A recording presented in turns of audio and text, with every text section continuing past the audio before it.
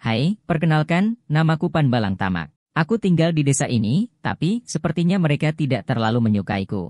Mungkin karena aku tidak suka mengikuti aturan yang dibuat-buat. Mereka sudah berulang kali mencoba menghukumku. Tapi apa boleh buat, aku selalu punya cara untuk lolos. Ikuti kisahku, Panbalang Tamak si cerdik dari Bali. Oh ya, jangan lupa like, subscribe, dan komen ya. Di sebuah desa kecil di Bali, hiduplah seorang lelaki bernama Panbalang Tamak. Ia dikenal sebagai sosok cerdik dan kritis, meskipun kecerdikannya sering membuat orang lain geram.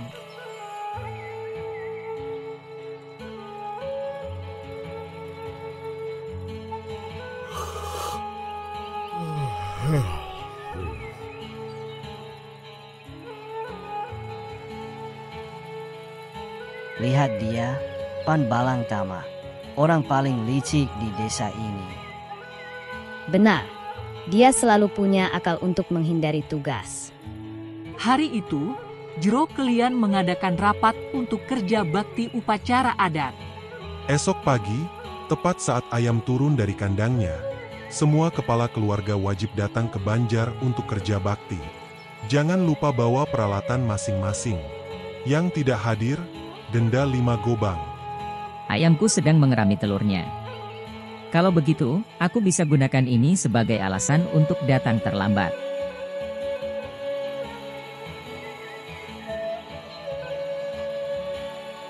Makanlah yang banyak. Pastikan kau tidak turun sampai siang nanti.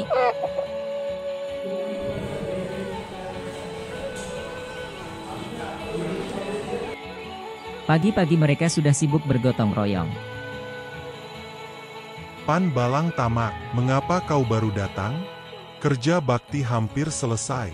Ampure, Jero Kelian. Saya hanya menunggu ayam saya turun dari kandangnya, seperti yang Jero perintahkan. Tidak mungkin. Ayam kami sudah turun sejak pagi buta. Benar, tapi ayam saya beda. Baru turun barusan. Kalau tak percaya, ayo ke rumah.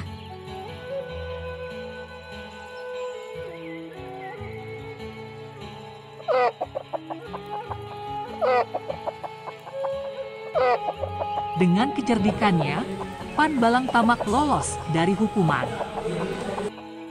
Dia benar-benar licik, tapi kita tidak bisa mendendanya.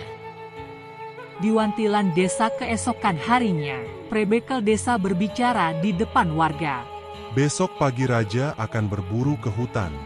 Semua lelaki wajib ikut membawa anjing pemburu. Siapa yang tidak membawa anjing, akan didenda. Aku tidak punya anjing pemburu. Tapi pasti ada cara untuk menghindari denda ini.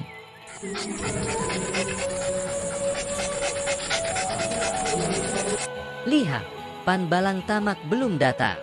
Dia pasti kena denda kali ini. Akhirnya, ini akan membuat dia malu.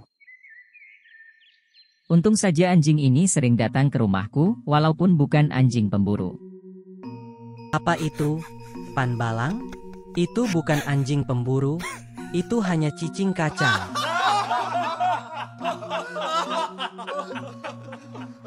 Maaf, Jero.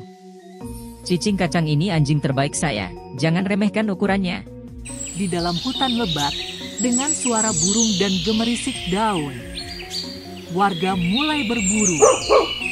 Anjing pemburu mengejar babi hutan, warga bersorak. Panbalang Tamak santai di belakang dengan anjing kecilnya. Lihat, dia bahkan tidak ikut berburu. Anjingnya hanya duduk. Sepertinya, kita harus melakukan sesuatu.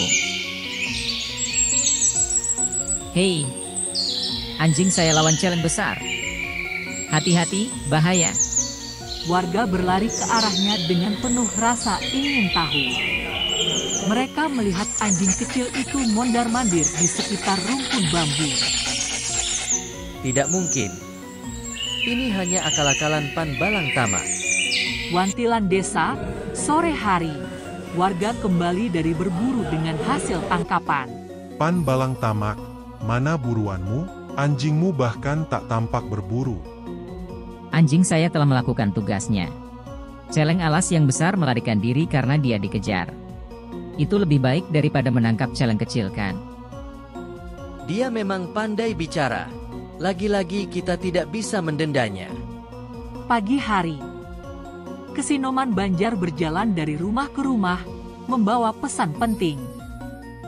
Pada hari Minggu, saat matahari baru terbit, semua warga Banjar harus berkumpul di Wantilan di depan pura desa. Kita akan melakukan bersih-bersih untuk persiapan piodalan. Jangan lupa membawa sabit. Warga yang tidak hadir akan dikenakan denda sebesar 10 gobang atau Rp1. Pan Balang Tamak yang terkenal licik segera mencari akal, karena ia tidak memiliki arit dan tidak ingin terkena denda.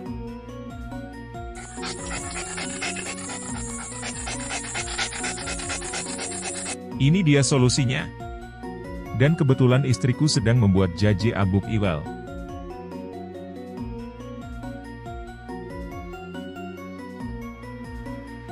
Pan Balang Tamak membentuk jaje abuk iwal yang dibuat istrinya menjadi seperti kotoran anjing dan pada malam harinya secara diam-diam meletakkannya di Wantilan.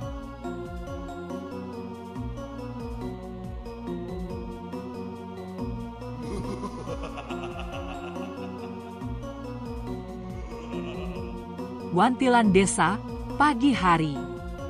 Warga mulai berdatangan dengan membawa arit mereka.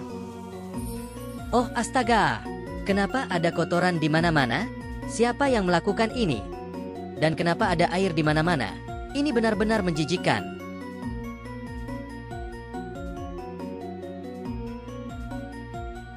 Pan Balang Tamak, kenapa kamu tidak membawa peralatan seperti warga lainnya?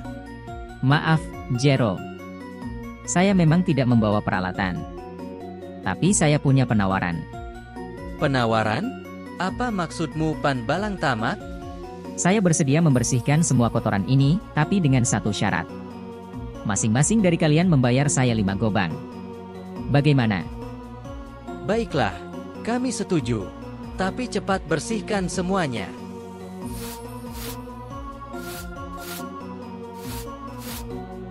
Oh iya, sebelum saya selesai, ada tantangan lain untuk kalian. Barang siapa yang berani memakan kotoran ini, maka saya akan memberi 10 gobang. Ada yang berani? Memakan kotoran? Kau benar-benar gila, Pan Balang. Kau pasti sudah kehilangan akal.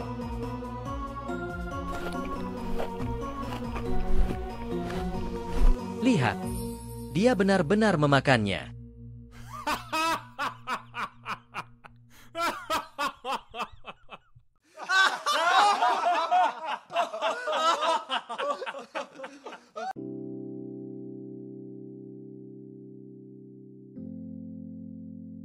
Bantu kami bertahan. 1 subscribe bisa mengubah hidup seseorang.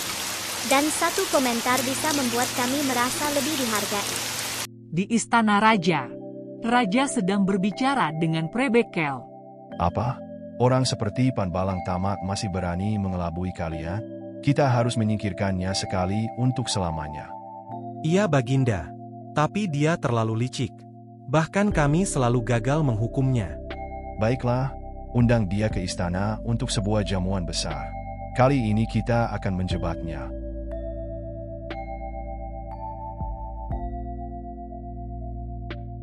Pan Balang Tamak, Baginda Raja mengundang Anda untuk menghadiri jamuan besar di istana besok malam. Sampaikan pada Baginda, saya akan datang. Terima kasih. Jamuan besar. Pasti banyak makanan yang mewah.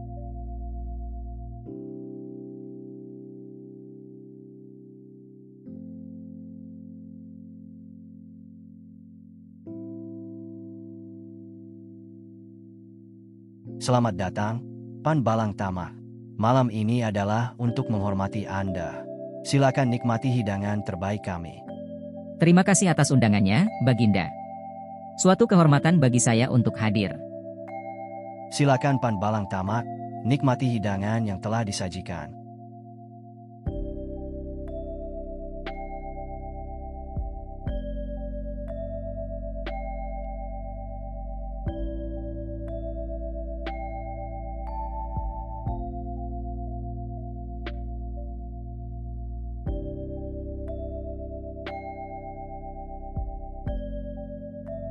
Pan Balang Tamak membungkus sebagian makanan dan membawanya pulang. di rumah Pan Balang Tamak. Malam itu, ia memberikan makanan dari istana kepada ayamnya. Betapa kagetnya dia melihat ayamnya terkulai lemas setelah memakannya. Istriku, aku akan segera meninggal karena diracun di istana. Dengarkan permintaanku. Jangan kubur mayatku. Mandikan dan riaslah aku dengan pakaian pemangku yang serba putih.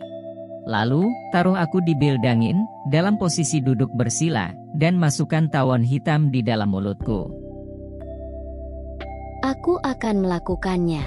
Apalagi yang harus aku lakukan, Kak? Setelah 1 hari, pindahkan aku ke gedung Beldaja dalam sebuah peti.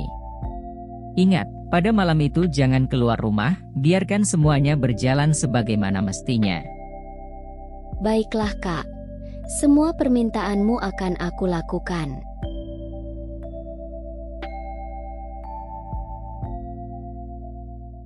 Pagi harinya, istri Pan Balang Tamak melaksanakan semua yang diwasiatkan oleh almarhum suaminya, termasuk memasukkan tawon hitam ke dalam mulutnya. Suara tawon hitam yang mirip dengan lantunan matram membuat Prebekel yang kebetulan lewat menjadi kaget. Apa? Dia menjadi orang suci? Bagaimana mungkin? Bukannya dia sudah mati?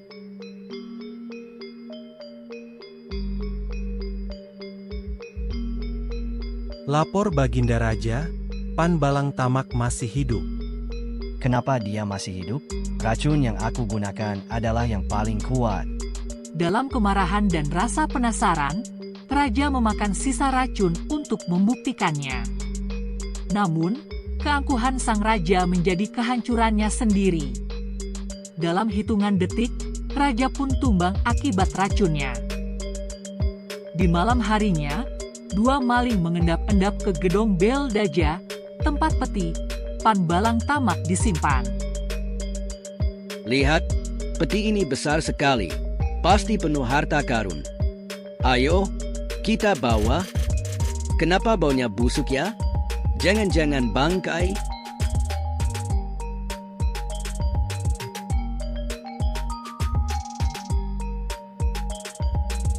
Mayat, lari.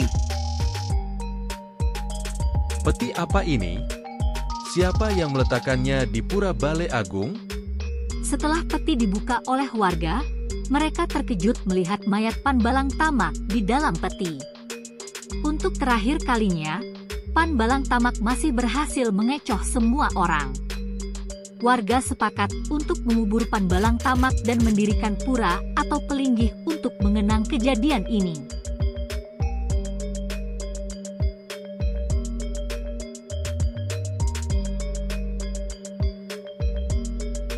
Kekuasaan adalah amanat yang harus dijalankan dengan adil.